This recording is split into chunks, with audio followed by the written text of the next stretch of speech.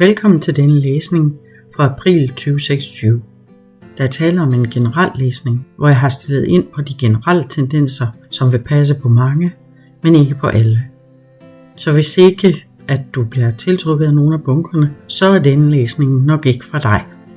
Det er ikke det samme, som hvis jeg stiller ind på din personlige energi og laver en læsning, der er målrettet dig. Det første du skal gøre, er at vælge, hvilken af de 3 bunker, der tiltaler dig. Du kan ikke vælge forkert. Den bunke du vælger, det er den du skal have. Og som sagt, hvis budskaberne ikke passer med dig, så var det ikke din læsning i denne omgang. Så kig på de 3 og mærk efter, hvilken du tiltrækkes af. Hvis du er tiltrukket af 2, så kan det være, at der er budskaber i dem begge 2, som vedrører dig. Når du har valgt, så kig på tidsstemplerne under videoen, hvornår læsningen for hver af bunkerne begynder, og spring frem til din læsning og hør, hvad din april bringer. Du har valgt nummer 1. Krystallen i din bunke er en fuksit, og den fjerner negative relationer, den giver ro, den frigør energi, den forstærker positivitet, og den er rigtig god til balance og antistress. Og det er overordnet kort eller energi for måneden for dig. Det er tid til at tage en lur. Og det betyder ikke nødvendigvis, at du skal sove i middagslur. Det betyder, at det er tid til at trække dig hjem til dig selv. Der har været en fornemmelse af at være helt energiforladt og flad og lidt handlingslammet. At det har været svært at komme i gang med nogle af de ting, du egentlig gerne ville, og gøre noget ved nogle ting, du har planlagt, du skulle have gjort noget ved. Det kan også være overvejelser omkring noget arbejdsmæssigt. Enten har der været alt for meget at se til, eller også har der været for lidt at se til. Så det egentlig også har vakt nogle bekymringer og nogle spekulationer. For nogen handler det om relationer, at der er nogle relationer, som trækker så meget energi fra dig, og ikke giver ret meget igen, hvor du bruger en masse krudt på at få ting til at hænge sammen, eller få ting til at køre, eller lykkes, eller der er kampe, som du føler er unødvendige og spild af energi, men som du løber imod indimellem. Og det, som du bliver opfordret til her, det er at tage den her pause. Altså træk dig. Lad være at træffe en masse beslutninger om ting. Træk dig fra de ting, som trækker unødigt meget på din energi. Vær rigtig, rigtig god ved dig selv. Tag en middagslur, hvis du har brug for det, men også sørg for at gøre nogle af de ting, der tanker dig op. Mal, tegn, syng, hvad du nu synes, der er sjovt at lave. Gå en tur ved vandet eller i skoven. Det er jo en fantastisk måned at komme ud i. Man kan ikke andet end at blive glad i låget og blive tanket op af at komme ud i den friske luft og naturen. Det kan også handle om, at der er nogle relationer, som ikke fungerer længere for dig, hvor du måske skal overveje, hvilken vej du skal med det. Hvis vi kigger på den første del af måneden, så bekræfter det jo, hvad vi har set i det første kort, at din energi er det mest dyrebare, du har. Hvis du sørger for, at du selv er i balance, og du selv er tanket op, så kan du både være meget mere for andre, som du gerne vil bruge din energi på, som du gerne vil være sammen med, eller hjælpe, eller hvad det nu må være for nogle relationer. Men du kan også meget bedre bibeholde din egen energi og passe på dig selv i det. Så hvis du først og fremmest sørger for dig, så er du meget bedre klædt på til at sørge for andre. Og i min optik er det ikke egoistisk at være sådan. I sidste ende vil du kunne være mere for fællesskabet, end hvis du kører dig selv i sænk. Så gå med dig selv, pas på dig selv. Gør ting, som du kan mærke, der gør dig godt. Gør ting, som giver dig energi. Og tag det roligt og tank op i starten af måneden. Så vil du, når du kommer mere i balance hen mod midten af måneden, være meget mere modtagelig for den guidning og den hjælp, der kommer til dig, fordi der kommer nogle tanker eller nogle budskaber eller nogle muligheder til dig, som du føler, at det er rigtigt at gå med. Og det er hvad enten det er noget arbejdsmæssigt, eller det er noget relationer, vi snakker om her. Så der du simpelthen kunne mærke, at det er det, jeg skal, det er den vej, jeg skal, eller det er det her, jeg skal gøre, det her, jeg skal prøve, og så gå med det. Og så bliver du mere og mere sikker på i slutningen af måneden, at det er rigtigt, de indskydelser, du får, eller de muligheder, der er dukket op, at der er du meget mere i balance med dig selv, så du er i stand til sådan at mærke efter, at det her er noget, der passer til mig, eller er det ikke. Så du kommer godt ud af måneden, mere energisk, har meget mere energi og er meget mere i balance, end du var i starten af måneden. Så det ser ud til at blive en god april for dig. Dit overordnede kort, det hedder Vintermørkets fortælling. Afsked, accept og hvile. Så det handler også om at finde frem til nogle af de ting, som ikke fungerer for dig mere. Det kan være på mange planer. Det kan være, at der er nogle relationer, som trækker meget mere, end de egentlig giver dig, og som der faktisk er tid til at trække sig ud af. Det kan også være nogle ting i dig selv. Du finder ud af, at det her, det skal jeg have lavet om.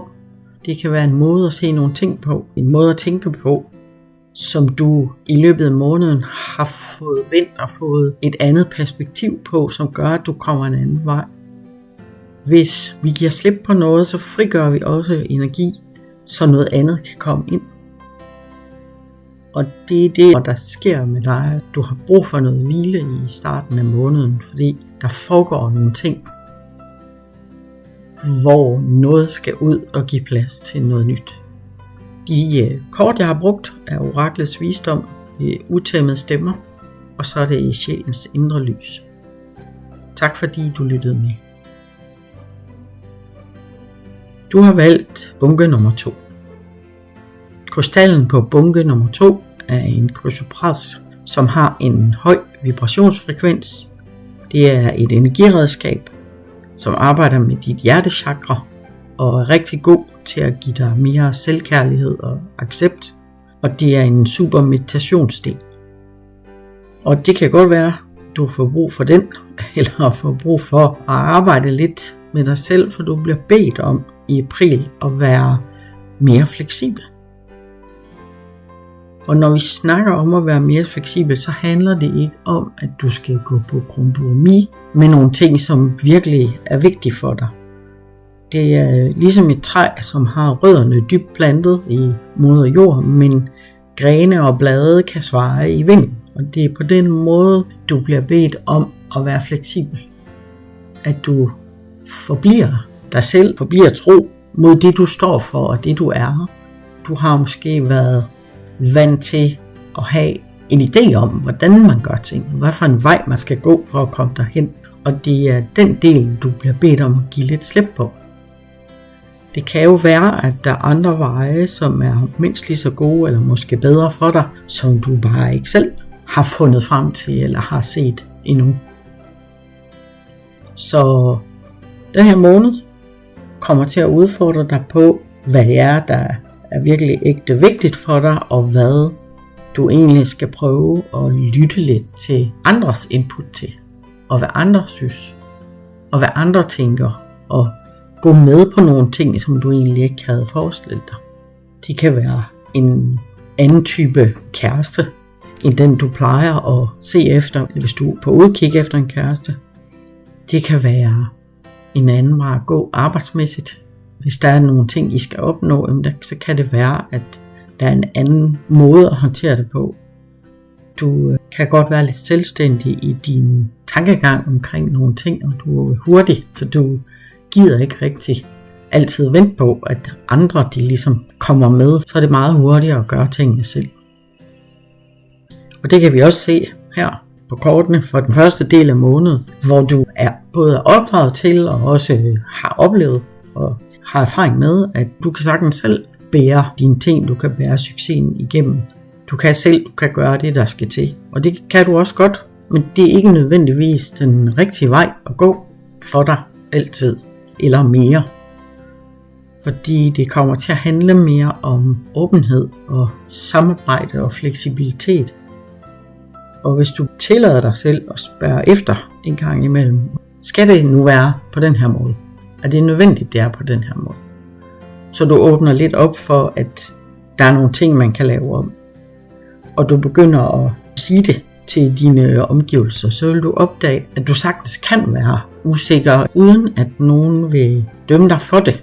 Du vil møde meget forståelse for det, og du vil begynde at få nogle input, som du ellers ikke havde fået, som kan hjælpe dig med at finde flere veje, hvor noget måske er endnu bedre, end du havde i tankerne. Og det betyder, at du så i slutningen af april oplever, at du simpelthen er taknemmelig og har en stor glæde over kærlighed over andre i dit liv og over dig selv. Og har fundet ud af, at der er noget i de her fællesskaber og i de her samarbejder, som bringer dig noget rigtig godt. Så du går rigtig flot ud af måneden. Og det overordnede kort til dig, det er også, at det faktisk er en sjælelig udvikling. Det er en udvikling, du går igennem i den her måned. Oprindelse, hellig gave og kyndighed. Altså, det går op for dig, at det handler mere om, hvordan du har det og hvordan du er. At det går lidt op for dig, at bagved det hele, der ligger kærlighed. Og det er det, vi kommer fra alle sammen. Det er det udgangspunkt, vi har. Og et samarbejde og fællesskab kan give os et løft, som vi ikke selv kan nå frem til, eller som i hvert fald vil tage os meget længere tid, end når vi gør det i samarbejde med andre. De kort, jeg har brugt, det er oraklets visdom, det er utæmmede stemmer, og det er sjælens indre lys. Tak fordi du lyttede med.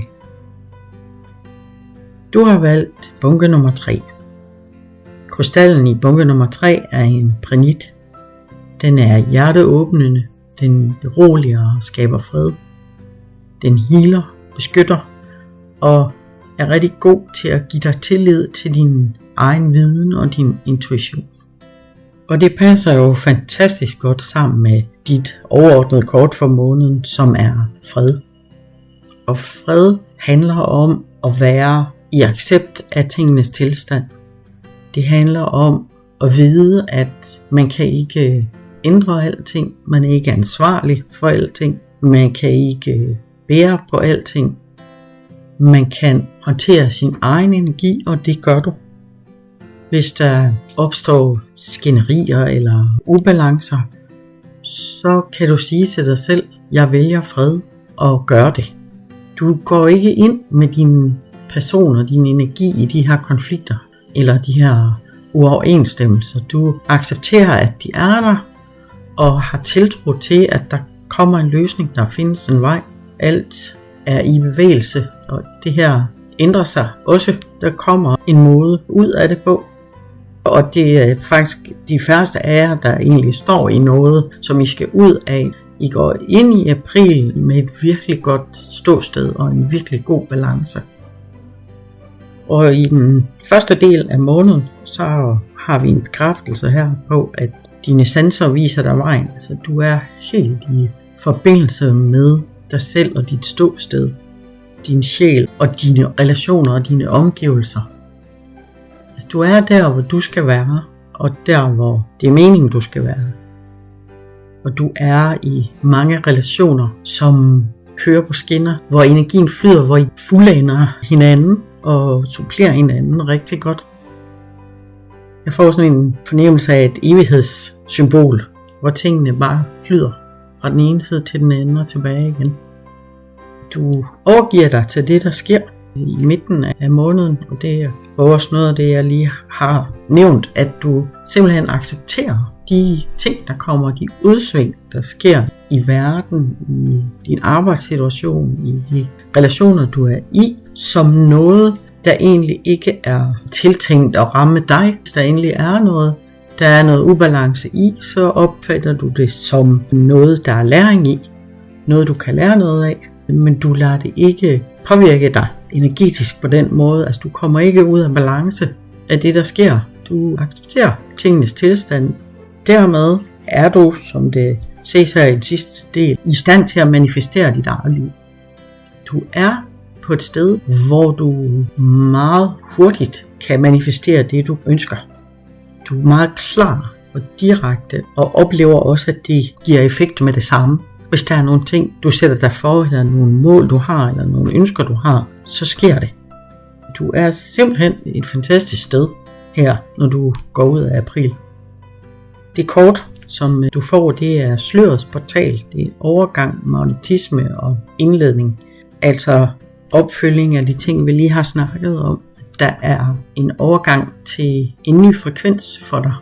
Du er i gang med et frekvensskift, eller har lige været i gang med et frekvensskift, og nu tiltrækker du alle de gode ting, som du ved, at du fortjener i dit liv, og som er på vej til dig. Og du er nu i gang med dit nye liv i den her nye tilstand, og kan være med til at skabe den, som du gerne vil. Og det er faktisk kun din fantasi, der sætter grænser for, hvordan det kan udvikle sig her. Så det er virkelig spændende. Tillykke til dig. De kort, jeg har brugt, det er oraklets visdom, det er utæmmede stemmer, og det er sjælens indre lys. Og så vil jeg gerne sige tak, fordi du lyttede med.